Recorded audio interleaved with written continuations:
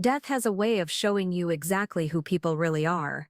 When I opened my eyes in that hospital bed, 3 days before what should have been the happiest day of my life, I thought I was getting a second chance. I had no idea I was about to witness the most devastating betrayal imaginable. I'd love to know which corner of the globe you're watching from. And if this story speaks to you, make sure to subscribe. Tomorrow's video is one you absolutely can't miss.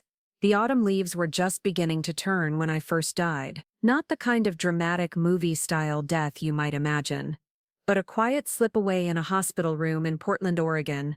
Acute pneumonia, the doctors said. My immune system had been compromised from months of wedding stress and working double shifts at the marketing firm to pay for the perfect ceremony.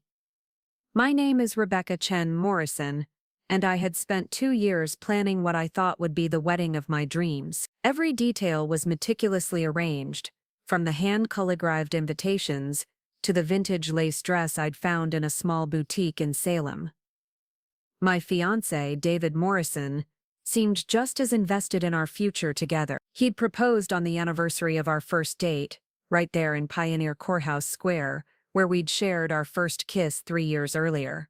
But the person I was most excited to share this moment with was my younger sister, Vanessa. She was my maid of honor, my best friend, and the one person I trusted more than anyone in the world.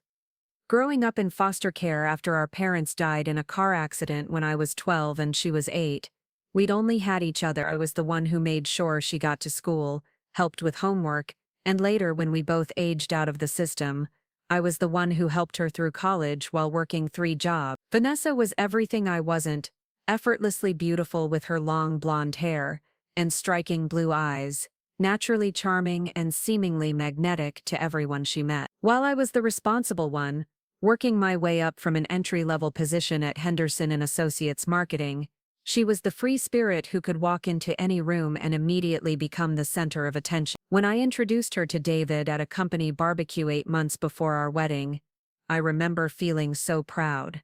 Here was my successful, handsome fiancé meeting my beloved sister. David was a project manager at a tech startup, tall and lean with dark hair and the kind of easy smile that had first caught my attention at a coffee shop downtown. He was stable, reliable, and everything I'd dreamed of in a partner after years of uncertainty. The 3 of us started spending more time together. Sunday brunches became a regular tradition. Vanessa would join us for hiking trips to Mount Hood, and David would often joke that he was getting 2 sisters for the price of 1. I was overjoyed that the 2 most important people in my life got along so well, but as my wedding approached, something shifted. David seemed distracted during our planning meetings with the caterer. He'd check his phone constantly, claiming it was work, but I noticed he'd smile at messages in a way that seemed too personal for business communications. Vanessa, meanwhile, had become increasingly involved in the wedding preparation. She insisted on helping with everything, from choosing the flowers to tasting the menu options. The week before the wedding, I collapsed at work. What started as a persistent cough had developed into something much more serious. By the time David rushed me to Oregon Health and Science University Hospital, I was barely conscious. The doctors explained that my immune system had been severely compromised, and the pneumonia had spread rapidly through my lungs. I spent 4 days in intensive care, drifting in and out of consciousness. During my lucid moments, I remember Vanessa holding my hand, tears streaming down her face, promising me that everything would be okay. David was there too, though he seemed oddly detached, constantly stepping out to take phone calls he claimed were about rescheduling wedding vendors. On the 4th day, I died. The heart monitor flatlined, and I felt myself floating above my body, watching the medical team work frantically to revive me. I saw Vanessa sobbing in the hallway, her hands pressed against the glass window of my room. David stood behind her, his hand on her shoulder, but something about his posture seemed wrong. Instead of the devastation I'd expect from a man who'd just lost his fiancée, he looked almost relieved. The resuscitation worked. When I opened my eyes 3 days later, the first thing I saw was Vanessa's face, puffy from crying but lighting up with joy. "Rebecca, oh my God, you're awake," she exclaimed, squeezing my hand. "The wedding," I whispered, my voice barely audible, What about the wedding? Don't worry about that now, David said, appearing at my bedside. We postponed everything, the venue, the caterer, all of it. The only thing that matters is that you're okay. The doctors kept me for observation for 2 more days. During that time, I noticed things I'd been too sick to catch before. Vanessa and David spent a lot of time together in the hospital waiting room, and their conversation seemed to stop abruptly whenever I was awake enough to listen. When I asked David about work, he mentioned being at meetings I was pretty sure he'd never told me about before. But I pushed these observations aside. I was alive. I was going to marry the man I loved. And my sister was by my side. What more could I want? We rescheduled the wedding for 3 weeks later, once I was strong enough to travel. The venue, a beautiful Victorian mansion in the West Hills, was still available. Most of our guests could still make it, and our photographer graciously moved her schedule around. Everything seemed to be falling back into place. The night before the rescheduled wedding, I stayed at the Hampton Inn downtown with Vanessa and my 2 bridesmaids, college friends who'd driven up from San Francisco. It was supposed to be a relaxing evening, face masks, champagne and girl talk, but I couldn't shake the feeling that something was off. Vanessa kept checking her phone, claiming she was coordinating with David about last-minute details. When I asked if I could call him to say goodnight, she quickly said he was at his bachelor party and probably wouldn't answer. This struck me as odd, since David had told me his bachelor party was the previous weekend, a simple dinner with his groomsmen at a steakhouse in Northeast Portland. That night, I barely slept. Every time I closed my eyes, I kept thinking about that moment in the hospital when I died, floating above my body and watching David's reaction. Had I imagined the look of relief on his face? Was I being paranoid because of the stress and medication? The morning of the wedding dawned gray and drizzly, typical for November in Portland. As I got ready in the bridal suite at the mansion, surrounded by the scent of white roses and the sound of classical music, I tried to push away my doubts. This was my day. I was marrying the man I loved with my sister by my side. Vanessa looked stunning in her deep burgundy maid of honor dress. She'd insisted on that particular shade, saying it complemented her coloring perfectly. As she helped me into my wedding dress, I caught her reflection in the mirror. Instead of the joy I expected to see, there was something else in her expression, something that looked almost like guilt. "Are you okay?" I asked, turning to face her. "Of course," she said quickly, forcing a smile. "I'm just emotional. My big sister is getting married." The ceremony was set for 4 o'clock. By 3:30, guests were taking their seats in the mansion's main parlor, decorated with white and gold flowers, candlelight flickering against the dark wood paneling. Through the window I could see David at the altar, handsome in his navy suit, talking quietly with his best man. At 10 minutes to 4, Vanessa left to take her position for the processional. I was alone in the bridal suite, taking deep breaths and trying to calm my nerves. This was normal, I told myself. Every bride felt nervous. Then I heard voices in the hallway outside my door, David's voice and Vanessa's, speaking in urgent whispers. "We can't do this," David was saying. "Not today, not like this. We don't have a choice," Vanessa replied. "It's too late to back out now. Everyone's here. But what about after? What about tonight?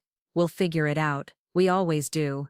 The conversation stopped abruptly when footsteps approached. I heard the wedding coordinator's voice calling for final preparation. My heart was pounding as I tried to process what I'd just heard. There had to be an innocent explanation. Maybe they were discussing a surprise, or worried about some last-minute detail I didn't know about. But deep down, in the part of my mind that had been whispering warnings for weeks, I knew I'd just overheard something that would change everything. The wedding march began, and I forced myself to walk down that aisle with a smile plastered on my face. Each step felt surreal, like I was moving through thick fog. David's eyes met mine as I approached the altar, and for a moment, I searched his face for any sign of the man I'd fallen in love with. He smiled, but it didn't reach his eyes. The ceremony passed in a blur of vows and ring exchanges. When the officiant pronounced us husband and wife, David's kiss felt mechanical, perfunctory. The guests erupted in applause,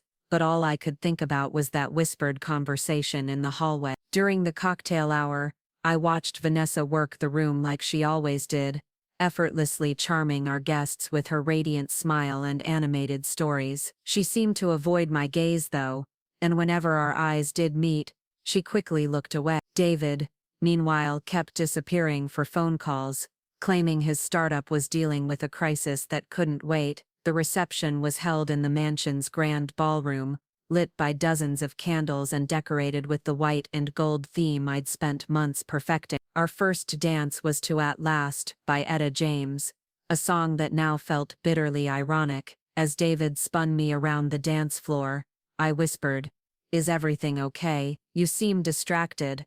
"Just tired," he replied, his hand tense on my waist. "It's been a long day," but his eyes kept drifting to the head table where Vanessa sat, and I caught her watching us with an expression I couldn't quite read. When the song ended, David kissed my cheek and immediately went to talk to his groomsmen, leaving me standing alone in the middle of the dance floor. The evening progressed with all the traditional wedding festivities, the cake cutting, the bouquet toss, the speeches from our wedding party. Vanessa's maid of honor speech was particularly touching, talking about how David was perfect for me and how happy she was to welcome him into our family. Her words were beautiful, but her delivery felt rehearsed, like she was reading lines from a script. A lot of love and effort went into bringing this story to life. If you're enjoying it, we'd be so grateful if you'd subscribe to our channel. Now, back to where we left off. As the night wore on, I found myself paying closer attention to the small details I'd missed before. The way David's hand lingered on Vanessa's shoulder when he passed behind her chair, how they seemed to have their own private jokes and knowing glances, the way Vanessa's phone buzzed constantly, and how she'd smile secretively at whatever messages she was receiving. Around 10 o'clock, as the dancing was winding down, I went to freshen up in the mansion's elegant powder room. The mirror reflected a bride who looked radiant on the surface, but I could see the doubt in my own eyes. I was being paranoid, I told myself. This was my wedding day. I should be focusing on celebrating with my new husband. When I returned to the ballroom, David was nowhere to be found. I asked his best man, Marcus, if he'd seen him. "He stepped outside for some air," Marcus said, but something in his tone suggested he was uncomfortable with the question. Said he needed a moment. I made my way through the mansion's French doors onto the wraparound porch. The November air was crisp and I pulled my shawl tighter around my shoulders. The porch was empty, but I could hear voices coming from the garden path that led to the mansion's gazebo. Following the sound, I stayed in the shadows of the towering oak trees that lined the path. What I saw when I reached the gazebo would be burned into my memory forever. David and Vanessa were locked in an embrace, kissing with a passion that made my knees weak. This wasn't a friendly peck or a congratulatory hug between future in-laws. This was intimate, desperate, and completely devastating. "We can't keep doing this," David was saying as they broke apart. "She's my wife now. You think I don't know that?" Vanessa's voice was sharp with emotion. "You think this is easy for me? Watching you marry her, pretending to be happy about it. Then why didn't you say something before? Why didn't you stop me?" "Because she's my sister, David. She's the only family I have. She sacrificed everything for me growing up. How could I destroy her like that?" David ran his hands through his hair, messing up the style he'd spent an hour perfecting that morning. "So what happens now? We just pretend this never happened. We go back to Sunday brunches and family dinners and act like everything's normal." "I don't know," Vanessa whispered. "I honestly don't know." I stood frozen behind the oak tree, my wedding dress catching on the bark, my heart hammering so loudly I was sure they could hear it. The conversation I'd overheard before the ceremony suddenly made perfect sense. This had been going on for a while. How long? Weeks, months. "Tonight," David said suddenly, "after the reception, come to the hotel." "David, no. It's your wedding night. You think I can be with her tonight? After everything we've shared, after what we just admitted to each other?" Vanessa was quiet for a long moment. "Room 2047. I'll text you when she's asleep." They kissed again, and I had to grip the tree trunk to keep from falling. When they finally separated, They headed back toward the mansion from different directions. I waited until they were both gone before stumbling back to the reception, my mind reeling.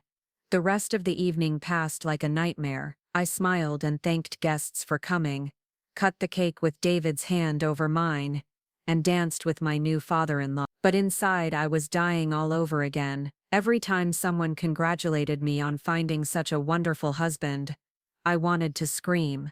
Vanessa approached me near the end of the reception. "You look tired," she said, her voice full of fake concern. "Maybe you should head up to the hotel soon. You've had such a long day." "Yes," I managed to say. "I think I will." She hugged me, and I had to fight every instinct not to pull away. "I love you, Rebecca. I hope you know that."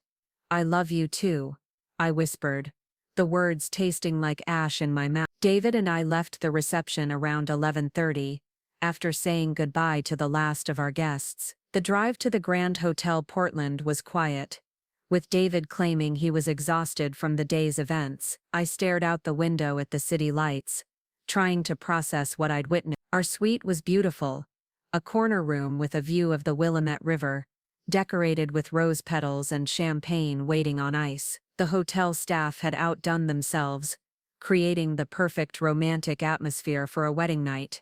It felt like a cruel joke. David immediately headed for the shower, claiming he needed to wash off the day's stress. While he was in the bathroom, I sat on the edge of the bed, still in my wedding dress, and tried to figure out what to do. Should I confront him? Should I call Vanessa? Should I pretend I never saw anything and try to move forward? When David emerged from the bathroom in his robe, his hair still damp, he looked at me with what I now recognized as guilt rather than desire. "You should get ready for bed," he said, avoiding my eyes. "It's been a long day." I nodded and went through the motions of removing my dress, washing my face, and putting on the silk nightgown I'd bought specifically for this night. When I came out of the bathroom, David was already in bed, lying on his side with his back to me. "David," I said softly, "are you happy? About today, I mean, about us being married." There was a long pause. "Of course I am. Why would you ask that? You just seem distant, like your mind is somewhere else." "I'm just tired, Rebecca. The wedding, the stress, everything. Let's just get some sleep." I slipped into bed beside him, but I didn't close my eyes. Instead, I lay there in the darkness, waiting. At 12:47 a.m., David's phone buzzed with a text message. He checked it quickly, then quietly got out of bed. "Where are you going?" I whispered. "Just getting some water. Go back to sleep." But I heard him moving around the room, putting on clothes. I kept my breathing steady, pretending to be asleep as he gathered his wallet and keycard. The door clicked shut behind him, and I was alone in our honeymoon suite. I waited exactly 3 minutes before grabbing my robe and following him. The hotel hallway was dimly lit and empty. I took the elevator down to the 12th floor, my heart pounding with each passing floor. Room 127 was at the end of the hall. I pressed my ear to the door, and heard voices inside, David's and Vanessa's, speaking in urgent whispers. Then the voices stopped, and I heard something that made my blood run cold. My sister's laughter, the same laugh I'd heard 1,000 times growing up, but now it sounded different, intimate, seductive. I stood in that hotel hallway for 20 minutes, listening to the sounds of my husband and sister betraying me on my wedding night. When I finally returned to my room, I sat by the window overlooking the river and watched the sun rise over Portland, knowing that my life as I knew it was over. David returned around 5 a.m., slipping quietly back into bed. He smelled like Vanessa's perfume, the same vanilla and jasmine scent I'd helped her choose for the wedding. When he thought I was asleep, I heard him whisper, "I'm sorry," but I wasn't sure if he was apologizing to me or to himself. As I lay there beside my cheating husband, I made a decision. I wasn't going to confront them. I wasn't going to have a screaming match, or throw dishes or demand explanations. I was going to do something much more devastating. I was going to destroy them both. The next morning, I woke up before David and stared at the ceiling, my mind crystal clear for the first time in weeks. The shock had worn off, replaced by something much more dangerous, calculated fury. I had died and come back to life, only to discover that my entire world was built on lies. But unlike the helpless victim I'd been the night before, I now had power, I had knowledge, and I was going to use it. David stirred beside me, and I immediately shifted into performance mode. "Good morning, husband," I said softly, turning to face him with what I hoped looked like a loving smile. He blinked awake, guilt flashing across his features before he managed to compose himself. "Morning, beautiful. How did you sleep?" "Like a baby," I lied. "I'm so happy, David. Yesterday was perfect." The relief in his eyes was almost comical. He actually thought he'd gotten away with it. "I'm glad. You deserve to be happy." Over room service breakfast, I chatted about our upcoming honeymoon to Maui, our future home renovations, and how excited I was to start our life together. David played along, but I could see the tension in his shoulders, the way he kept checking his phone. Vanessa had texted him twice during breakfast. I caught glimpses of the messages before he quickly closed them. When we checked out of the hotel, I hugged Vanessa goodbye in the lobby. She was staying an extra night in Portland before flying back to Seattle, where she worked as a freelance graphic designer. As I embraced her, I whispered, "Thank you for everything. I couldn't have done this without you." Her body went rigid for a moment before she forced herself to relax. "That's what sisters are for," she said, but her voice cracked slightly on the words. The drive home to our apartment in Southeast Portland was quiet. David claimed he was tired from the wedding festivities, but I knew better. He was probably already planning his next rendezvous with Vanessa. The thought made my stomach turn, but I kept my expression neutral. Over the next few days, I began gathering evidence. I wasn't stupid. I knew that if I wanted to destroy them both, I needed proof. I started by going through David's laptop while he was at work. His password was embarrassingly easy to guess: our wedding date, which now seemed like a sick joke. What I found in his email and text message backups made my blood run cold. The affair had been going on for 6 months, starting just 2 weeks after Vanessa had moved back to Portland for a graphic design contract. The messages between them were explicit, passionate, and filled with declarations of love that David had never made to me. But the worst part wasn't the sexual content, it was the planning. They had discussed my illness, my hospitalization, and how it might affect the wedding. David had actually suggested postponing the wedding indefinitely, not out of concern for my health, but because he wanted to be with Vanessa. It was Vanessa who had insisted they go through with it, claiming she couldn't bear to hurt me when I was already so fragile. They had also discussed what would happen after the wedding. David wanted to file for divorce immediately, claiming he'd made a mistake. Vanessa had convinced him to wait, to give it a few months, so it wouldn't look suspicious. They had planned to continue their affair during that time, meeting at hotels and using her apartment when I was traveling for work. But the message that shattered whatever was left of my heart was one David had sent to Vanessa just hours before our wedding ceremony. "I wish it was you I was marrying today. I wish Rebecca had never come between us." I printed every email, every text message, every photo they'd exchanged. I organized it all in a folder, creating a timeline of their betrayal that would be impossible to deny or explain away. Next, I turned my attention to their professional lives. David's tech startup was in the middle of securing a major round of funding. I knew from his dinner table conversations that the investors were particularly concerned about the stability and integrity of the leadership team. A cheating scandal involving the project manager would definitely impact their decision. Vanessa's situation was even more precarious. She was in the middle of a high-profile contract with Morrison & Associates, a conservative law firm that prided itself on traditional values. The irony wasn't lost on me.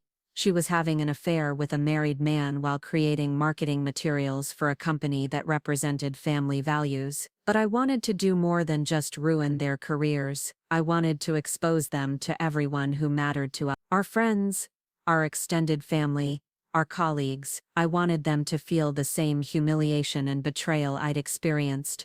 I created a detailed presentation, complete with screenshots, timestamps, and a narrative that laid out their entire affair. I included photos of them together that they'd exchanged, hotel receipts I'd found in David's email and even GPS data from David's phone, showing his trips to Vanessa's apartment. The presentation was devastating, but it was also factual. I wasn't embellishing or exaggerating.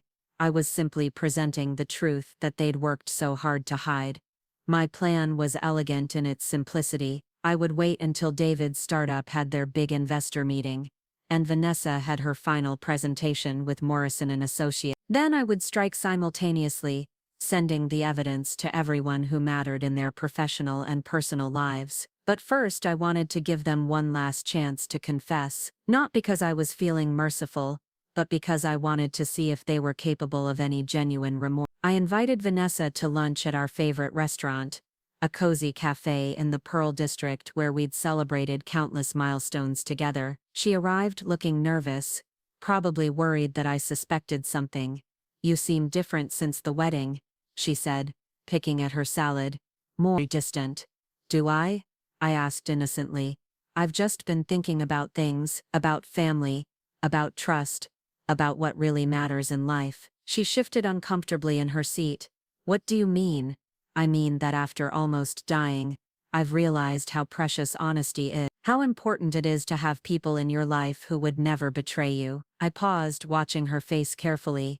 People who would never lie to you, especially about something that could destroy you. Vanessa's fork clattered against her plate. "Rebecca, is there something you want to ask me?" "Actually, yes. Is there anything you think I should know? Anything that might affect my marriage or my relationship with you?" For a moment I thought she might confess. I saw something flicker in her eyes. Guilt, maybe, or fear. But then she straightened her shoulders and looked me directly in the eye. "No," she said firmly. "There's nothing. I love you, Rebecca. I would never do anything to hurt you." The lie came so easily, so convincingly, that I almost admired her acting ability. Almost. That night I had a similar conversation with David. He was even more convincing than Vanessa, actually seeming hurt that I would question his faithfulness. "I can't believe you'd even ask me that," he said, pulling me into his arms. "You're my wife. You're everything to me." As he held me, I could smell Vanessa's perfume faintly on his shirt. They'd met that afternoon. I'd tracked his phone to confirm it. The next morning, I put my plan into action. David left for his crucial investor meeting at Vanessa had her presentation with Morrison and Associates at 10 a.m. At 9:30 I sent my carefully crafted emails. The first batch went to David's colleagues and investors. The subject line read, "Regarding David Morrison's character and integrity." The second batch went to Vanessa's professional contacts, including her supervisor at Morrison and Associates. The third batch went to our mutual friends and family members. Each email was personalized, but they all contained the same damning evidence. I included a brief explanation of what they were seeing, along with a note that I felt obligated to share this information, given the circumstances. The response was immediate and overwhelming. My phone started ringing within minutes. Friends, family members, and even some strangers who'd received the emails were calling to express their shock and support.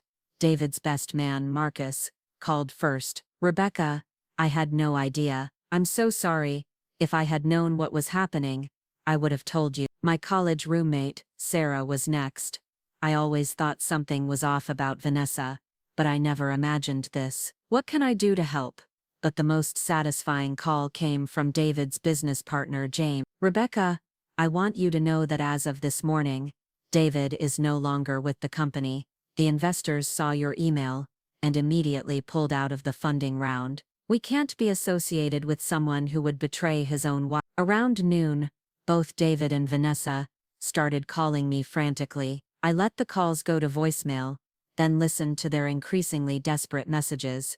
David's first message was angry. "Rebecca, what the hell did you do? You've destroyed everything. Call me back immediately." But by his fourth message, the anger had turned to panic. "Please, Rebecca, I know you're hurt, but we can work this out. Don't do this to us. Don't destroy our marriage over a mistake." Vanessa's messages followed a similar pattern, starting with indignation and ending with desperate pleas for forgiveness. I finally answered David's call around 2 p.m. He was sobbing, actually sobbing. on the other end of the line. Rebecca, please, I lost my job. The investors pulled out. Everyone thinks I'm a monster. Please, can we talk about this? Talk about what, David? I asked calmly. About how you've been sleeping with my sister for 6 months, about how you spent our wedding night in her hotel room, about how you told her you wished you were marrying her instead of me. The silence on the other end was deafening. How did you know? He finally whispered. Does it matter? The question is, what are you going to do about it? I'll do anything, he said desperately. I'll go to counseling. I'll cut off all contact with Vanessa. I'll prove to you that I love you. But you don't love me, I said simply. You love her. You said so yourself in writing, multiple times. That was a mistake. I was confused. The wedding stress, your illness, it all just got to me. David, stop, please. The lying is over. We both know this marriage is finished. Vanessa showed up at my apartment that evening, her eyes red from crying. She looked like she'd aged 10 years in a single day. Rebecca, please let me explain, she begged as I opened the door. Explain what? How you seduced my fiancé. How have you lied to my face for months? How did you stand up as my maid of honor, knowing you were sleeping with my husband? She crumpled against the doorframe. I never meant for it to happen. It just did. No, Vanessa, it didn't just happen. You made choices every single day for 6 months. You chose to betray me. I love him, she whispered. I know that doesn't make it right, but I love him. And I loved you, I replied. I loved you more than anyone in the world. I sacrificed everything for you, and you repaid me by destroying the only happiness I'd ever found. The conversation ended with Vanessa sobbing on my doorstep and me closing the door in her face. It would be the last time I ever spoke to either of them. The divorce was finalized 6 months later. David didn't contest anything. He couldn't afford to, both legally and financially. He'd lost his job, his reputation, and his future. Vanessa had moved back to Seattle after Morrison & Associates terminated her contract, and word spread throughout Portland's design community. I kept the apartment, most of our savings, and my dignity. More importantly, I kept the lesson I'd learned.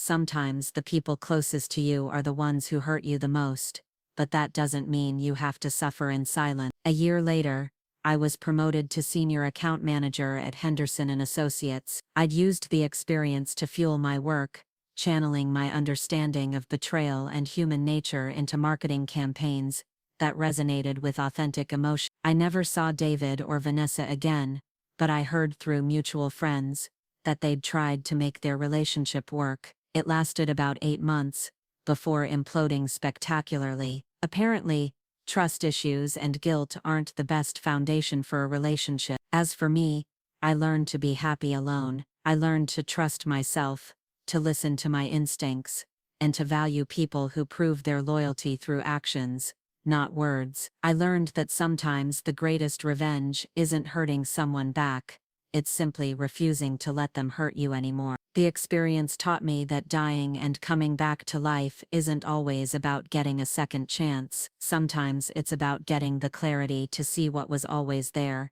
hidden beneath the surface of the life you thought you wanted. And sometimes, that clarity is the most valuable gift of all. Looking for more? We've got 2 amazing stories ready for you right on screen. If this one touched you, these are absolutely worth your time. Click to watch them now. And hey, subscribe and hit that bell to never miss our latest upload.